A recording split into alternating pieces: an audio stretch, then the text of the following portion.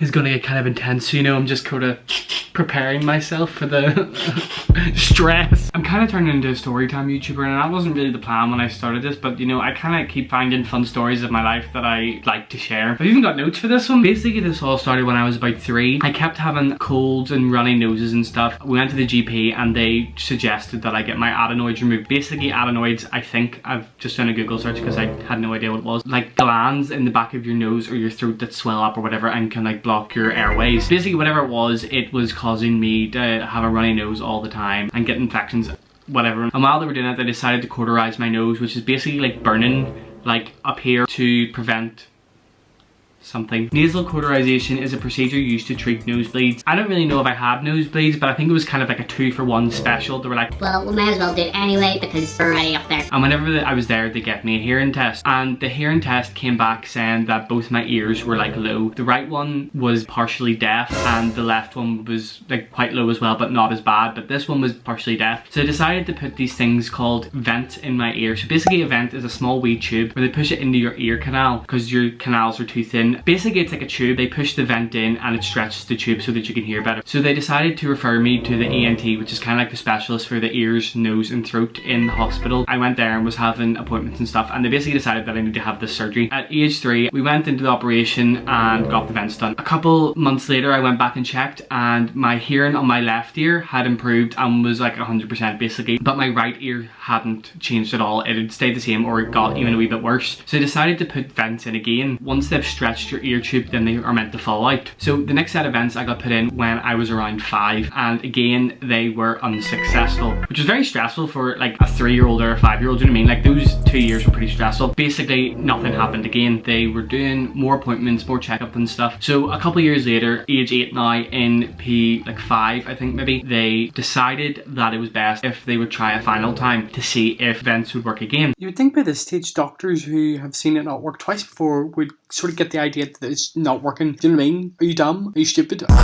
They put more vents in my ear and it didn't work, obviously. So the first 3 operations I had were unsuccessful and they didn't work, and left me an ear that was basically really messed up, which we're going to get into now. So a couple of years later, whenever I was 9, we went to the specialist and a new doctor decided that he would treat me. I don't know what happened, we just got a new doctor and he decided to do a full checkup on my ear and stuff. He was looking through my ear and found that in my right ear, the last 2 sets of vents had never fallen out of my ear. Now they're not that big, they're quite small obviously to fit in your ear, but whenever you have struggled to hear at all anyway, sitting there clogging your ear, getting mixed up with wax and stuff, my left ear, which was perfect again, the vents had never come out of it either. So there was 1 set of vents in there and 2 sets in here. What they decided to do was to suck out the wax in the vents in my ear. So they have this like wee small, basically think of it as like a small hoover. It's a big long stick, has a wee like needle type pipe thing in the end, and it goes in your ear and they suck out basically all the earwax. Normally people like get their ears syringed, but I can't because I've had surgery and I think it would cause damage to my ear. Whenever they sucked out the vents from both of my ears, they realized that the 2 sets of vents in my right ear that was still partially deaf had actually done a lot of damage while they were in there, and it had led to my eardrum had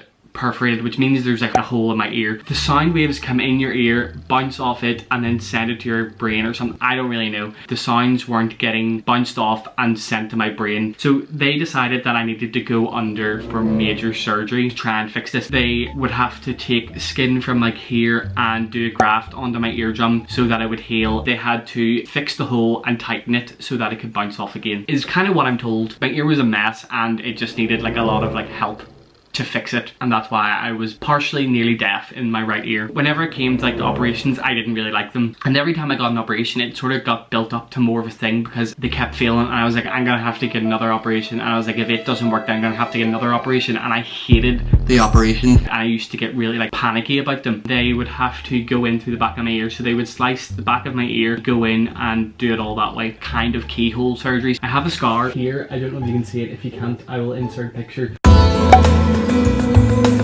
So the operation was scheduled and I had to go for a pre-op where they basically go and they tell you everything in great detail about what they're going to be doing to you. I don't know why this is a thing. For someone who's already stressed about the whole thing, me again being age 9 and terrified of operations, the man who was doing my operation told me far too much about the operation. Basically told me that there's a chance I could go completely deaf in one ear, I could die, I could bleed internally and then die, and it made me even more stressed. We arrived on the day the operation was scheduled and I was scared, obviously. I was not sick in any way at all. I know I wasn't sick, but I coughed like maybe 3 times, and a nurse heard me and she decided that I was sick and they decided that my operation should be cancelled. I was not sick. I went home for a week, was stressed about it. My mum was annoyed, I was annoyed. 1 week later. Arrived on the day even more stressed than I was before. I had just got ready. Say we arrived at 9 o'clock, it was 12. As the surgery was getting closer, I was getting more stressed, and a student doctor came to like ask me a few questions. She could have not chosen the worst person to talk to. She started asking me all this stuff about the operation that I had no clue about, how long the surgery was going to last, what I was getting done, what the problem was. I was like, I don't know. Basically, she got me so stressed to the point where I was like,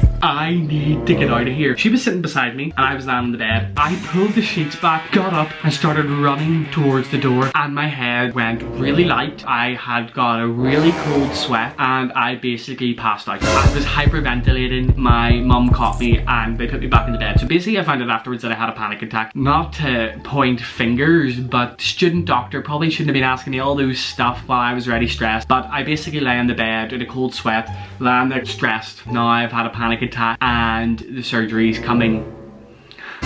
It was time for me to go to the operation. They got me under my bed and they started wheeling me down, and I was like, stop, I need a pee. So I went in the toilet and I was sort of just sitting looking in the mirror thinking to myself, I am terrified. But there's nothing I could do. I was literally heading down the corridor to go into the wee room to put me to sleep. They pushed me through double doors and I was in a wee room where they were putting me to sleep. I was in a whole whirlwind of emotions wanting to die. And they decided to put me to sleep with a needle. They had put these numbing patches on before. It was like a patch with numbing cream on it and they left it on for like 2 hours. It was meant to numb your hand.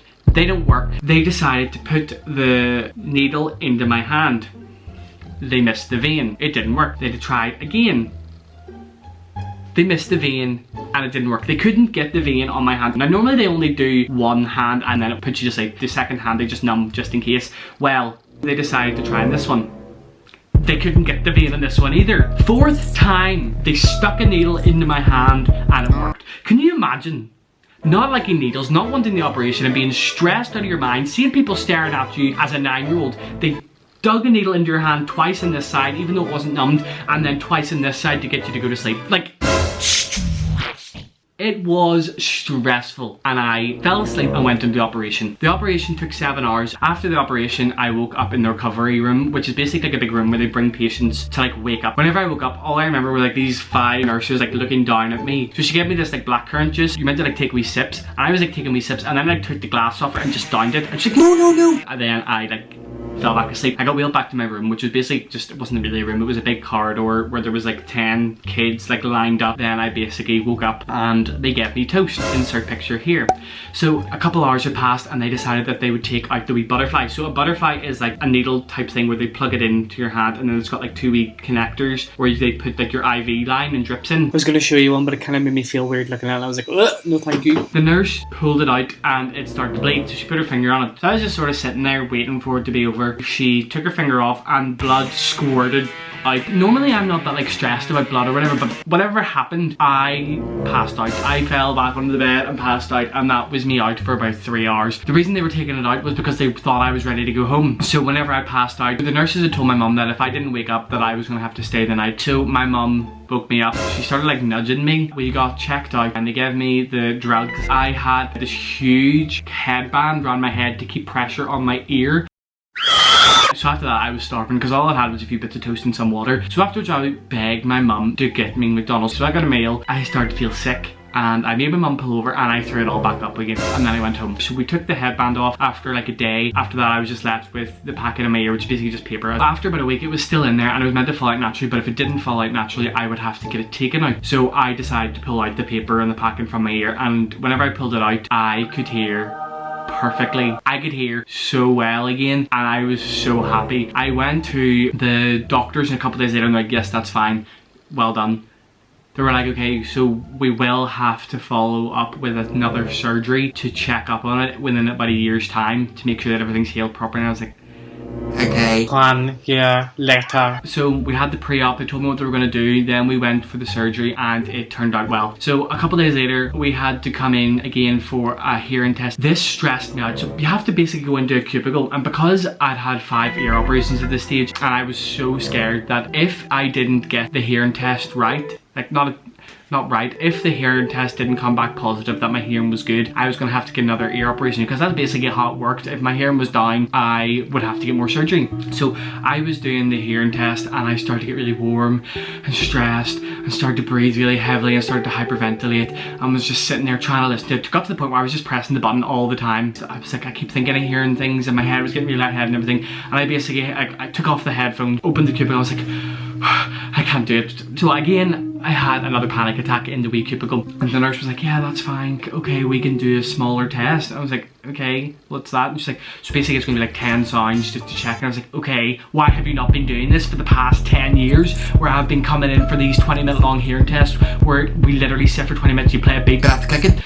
So we done that and they basically told me that everything was fine. So after that, for the next 7 years, my hearing was perfect, back to normal. Every now and again, because my tubes were still kind of thin, the water would get lodged in it. Do you know when like you get water stuck on your ear? Because my tubes were so thin, like that would happen to me more often than it would happen to the normal person, but I would just sort of like have to cope with it for like a day or two and then it would come out until upper 6th. So during my A-levels, whenever I was off for study leave, I was washing my hair one day. So they always tell you to keep your head above water after you've had this surgery, because I would obviously get water stuck in my ear. After 7 years, I kind of like chilled on it. At the beginning I was so like, yes, okay, can't put my head underwater. I was washing it, I put my head under the water to rinse it and water went down my ear and I was like, oh crap, whatever, it would come out in a couple of days. It didn't come out for 9 weeks. Now if you ever get water in your ear, you know how annoying it is because you can't really hear anything in it for like maybe like a couple of hours, maybe a day max. I had it in my ear for 9 weeks. To make matters worse, this was during my A-level exams, so I was off on study leave trying to focus, but whenever you have something like so obvious, like wrong with your ear that you can't hear out of it, it is so distracted all the time. I was sitting constantly for 9 weeks wiggling my ear trying to get the water out. I could basically hear absolutely nothing in my ear for 9 weeks. One day, black gunge type stuff came out of my ear and I was like, what is this? That's not good. And it smelled horrendous. I'm not going to go into too much of the details because it'll probably kind of turn you. But you know, again, whenever you pop a spot and the white stuff comes out, basically clumps of stuff like that would come out of my ear and things. So I was like, something's not right. Okay, so it's not like there's something wrong.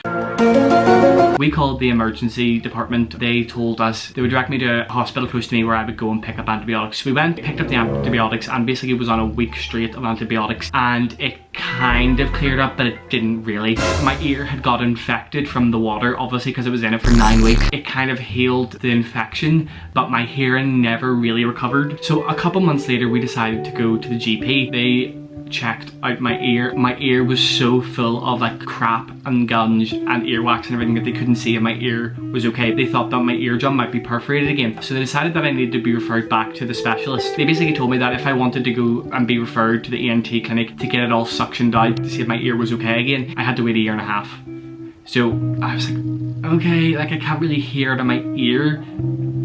So I'm just gonna have to wait 1.5 years. So they gave me this drying out spray to use to try and help it. They never told me to stop. I was meant to use it twice a day, once in the morning, once at night. They didn't tell me to stop, so I was just kind of using it, and then I kind of got lazy and wasn't using it as much. We went back a couple months later and they were like, you're still using that? And I was like, yeah, will you get it to me? He was like, if you had continued using that, you would have gone completely deaf. No one thought to tell me that if I continued using the spray, that I would go deaf. Every time my ear got a wee bit crappy, I was just spraying it in like once a day. So at this stage I was already pretty annoyed. I was like, why didn't no one tell me? If I hadn't been lazy, I would have gone completely deaf in my right ear. So a couple months later, my mum works for a nursing home. A nurse came in who my mum recognised. She's like, I recognise you. Where did you work? And she's like, I work at the ENT clinic specialist. She's like, that's the hospital my son went to. Then they got to talking and she was like, yes, I remember you. And she was like, oh, how's his ear? And she's like, oh, like it's not great at the minute. He's being referred to the ENT clinic, but it's going to take 1.5 years for the waiting. And she was like, 1.5 years? They're making him wait 1.5 years? Hold on. She picked up her phone, called the main people at the ENT clinic because she has her contacts, and she got me an appointment for 2 weeks' time. I'd already waited about 8 months at this time, and that was... I'd already waited about 8 months at this stage, and that was about 6 months ago. So like, thank you very much. A lot of love. Went, got the appointment, and they sucked out my ear with the wee tube again, and it was pretty grim. So after it all got sucked out, the woman had a look in it with a microscope type thing and checked it all, and she said that it was still a complete success and it was one of the best surgeries she's ever seen done. Most of them don't last long term, but apparently mine stayed perfectly. But like my ear currently, so 8 months on right now, my ear is okay. It kind of goes through good days and bad days. Some days it's fine, and then some days I can't really hear much out of it. It's kind of like partially deaf. It just sort of depends on the day, whatever way I've slept on it that day, whether there's been like a build up of wax and stuff. Do you know those questions that people are like, oh, like have you ever had anything major done to you in your life? Have you ever had surgery? Have you ever broken anything? I'm like, no, like I've never had surgery. I've never like broken a bone in my body. I always forget that this is like such a big thing. I kind of forget that I had like major surgery and I had like 5 surgeries. I don't really think about it now, but like, yeah, like that's a thing that I have. Basically, that was a pretty stressful time in my life for like 8 years, age 3 to 11, visiting the hospital every now and again. But yeah, that's it. I'm kind of low-key partially deaf still. I can't really hear things sometimes I can, but hopefully you enjoyed the video. If you did, go on, give it a wee like, go on, subscribe if you